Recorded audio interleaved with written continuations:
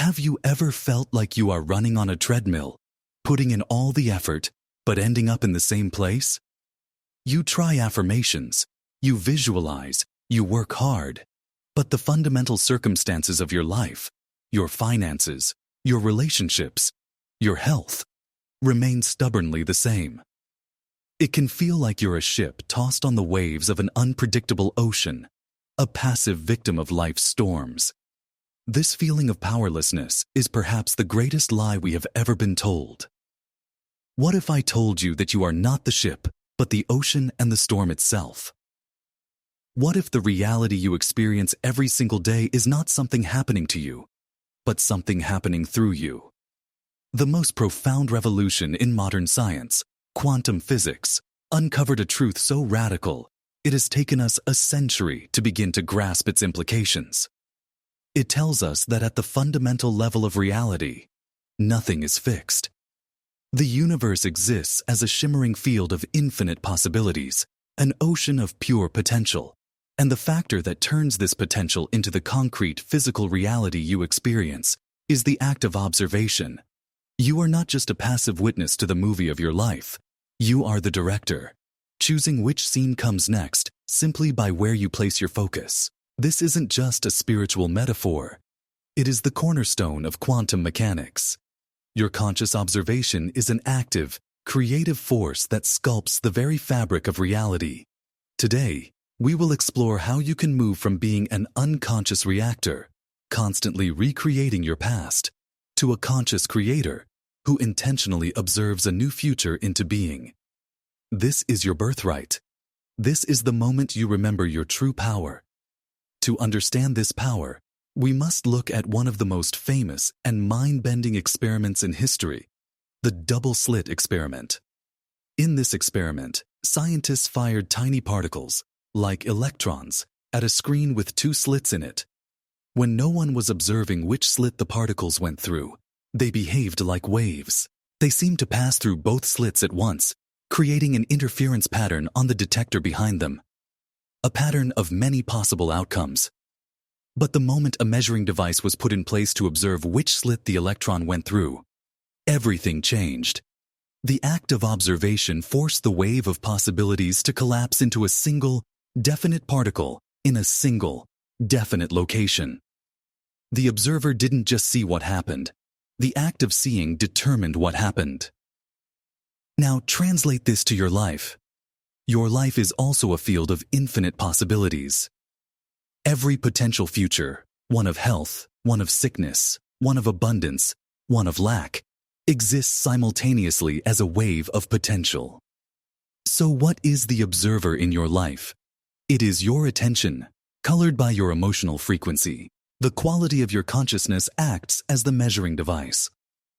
When you observe your life from a state of fear, anxiety, or lack, you are collapsing the field of possibilities into a reality that perfectly matches that frequency. You are selecting the timeline where your fears are confirmed.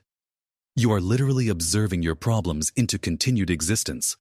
The solution, therefore, is not to struggle against your current reality, but to withdraw your attention from it and consciously place your observation on a new possibility, from a new state of being.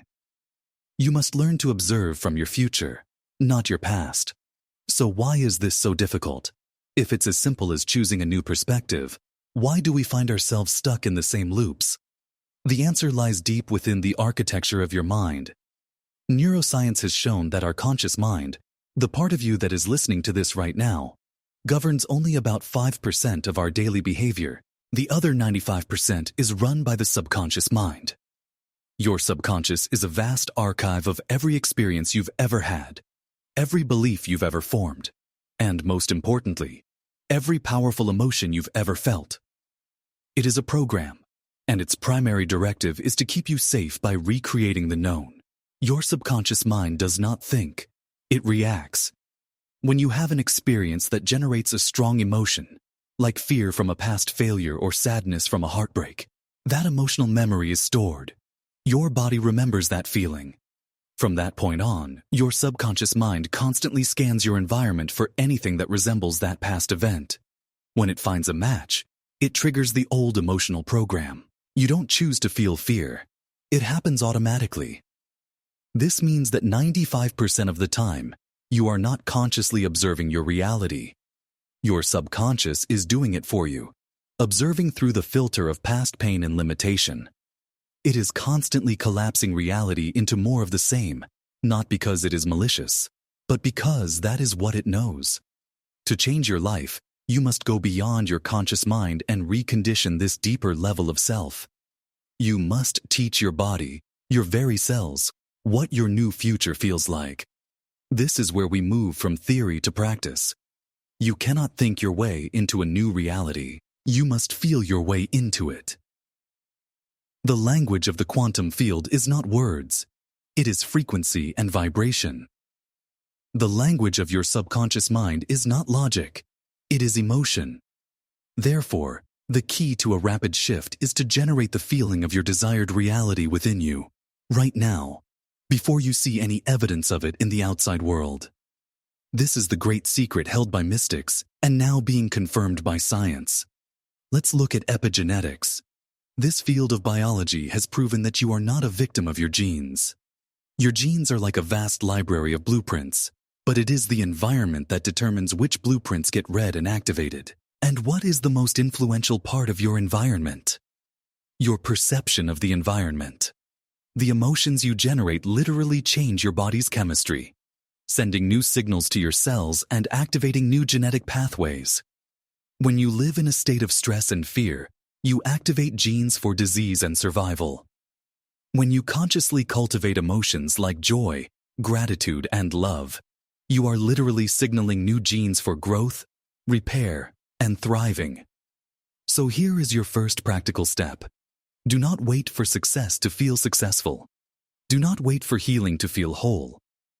Close your eyes and ask yourself, what would the person I want to be feel like right now? Would they feel abundant, worthy, loved, powerful? Don't just think the word. Generate the actual physical sensation in your body. Let the frequency of abundance vibrate in your chest. Let the feeling of wholeness warm your entire being. Hold this state. This is not faking it. This is activating it. You are providing a new signature, a new observation for the quantum field to match. You are giving your subconscious a new command, a new emotional state to normalize. This is the work. Let's go deeper into the mechanism of creation. The universe operates on the principle of resonance. Everything, including your thoughts and emotions, is energy vibrating at a specific frequency. Like attracts like. When you hold a specific vibrational state, you naturally and automatically draw to you experiences, people, and opportunities that resonate with that same frequency. This isn't wishful thinking. It is physics. The challenge for most people is incoherence. You might consciously think, I want to be wealthy, but subconsciously, you feel unworthy and fearful about money. Your thoughts are sending one signal, but your body, which is the much more powerful energetic broadcaster, is sending a completely contradictory signal. This creates an incoherent wave pattern that cancels itself out. The universe receives a mixed, garbled message, and so it delivers a mixed, garbled reality. This is where the wisdom of ancient spiritual traditions aligns perfectly with quantum science. Vedanta philosophy teaches Aham Brahmasmi. I am the Absolute. It's a declaration that the observer and the observed are one. The Bible says, to him who has, more will be given. To him who has not, even what he has will be taken away. This isn't a cruel judgment. It is a precise formula for resonance. When you have the feeling of abundance, when you embody the state of having, you resonate with the field of abundance, and more is drawn to you. When you embody the state of lack, you resonate with lack, and your reality reflects that. Your job is to become coherent, to align your thoughts, your emotions, your words, and your actions with the reality you choose to experience. This alignment creates a powerful, clear, coherent signal that the universe cannot ignore. It must match your new state of being. You must become the person you wish to be in energy before you can see the proof in your life. This requires you to stop telling the story of your past and start living the story of your future from the inside out. How do you integrate this into your daily life, a life filled with demands, routines, and old triggers? You begin by creating sacred moments of intentional observation. It doesn't have to be hours of meditation. It can be 5 minutes. The first thing in the morning, before you check your phone, before you engage with the problems of yesterday, sit in stillness. Close your eyes and disconnect your attention from your body, your environment, and the predictable timeline of your past. Become no one, nowhere, in no time. From this place of pure potential, this quantum field within, you can begin to observe. Here is a simple practice. Choose one aspect of your new reality. Let's say it's vibrant health. Ask yourself, what is the dominant emotion of a person living in vibrant health? It might be energy, vitality, gratitude, or ease. Now don't just think about that emotion. Summon it. Breathe it into your body until you can feel it in every cell. Let the frequency of vitality become your state of being. Hold it. Marry your intention for health with this elevated emotion. You are now broadcasting a new electromagnetic signature. You are observing your new reality into existence. Do this every single day. This is how you recondition your subconscious mind. You are giving it a new state to default to. Now, I want you to commit. What is one future reality you will start observing from a place of love and gratitude, starting today? Go to the comments section and declare it. Writing it down is an act of creation in itself. Let's create a community of powerful observers. As you begin this practice, you will inevitably face the greatest challenge: the delay. Your outer world is a reflection of your past observations. It has momentum. So when you start observing from a new state of being, the 3D reality around you may not change instantly. You will feel abundant, but your bank account still shows the old number. You will feel healthy, but your body still has a symptom. This is the critical moment where most people give up. They see the old evidence and conclude, it's not working. They immediately revert to observing from the old state of lack and fear. And in doing so, they guarantee the old reality continues. This is where faith comes in. But faith is not blind hope. In this context, faith is a conscious and unwavering decision to hold your new state of being, your new observation, regardless of what your senses are telling you. It is remembering that your current reality is just an echo of past vibrations. Your job is to ignore the echo and keep generating the new sound. Doubt is simply observing from the old program. When doubt arises, you must see it for what it is: a subconscious habit. Don't fight it. Acknowledge it, and then gently and deliberately return your attention to the feeling of your future. Every time you do this, you weaken the old neural pathway and strengthen the new one. You are literally rewiring your brain and reconditioning your body. Sustaining this new state is the true work of the Creator. It's an endurance of love, an endurance of faith, choosing to believe in what you cannot yet see, so that you may eventually see it. It is holding the vision until it solidifies into form.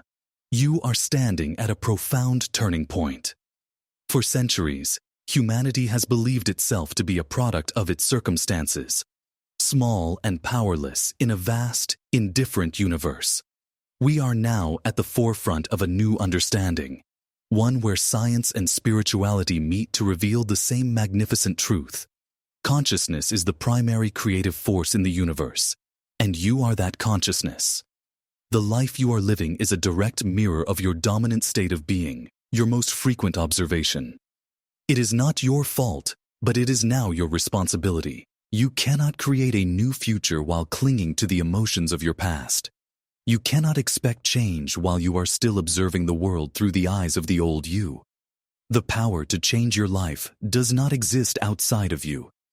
It is not in a different job, a different relationship, or a different city. It is within you, right now.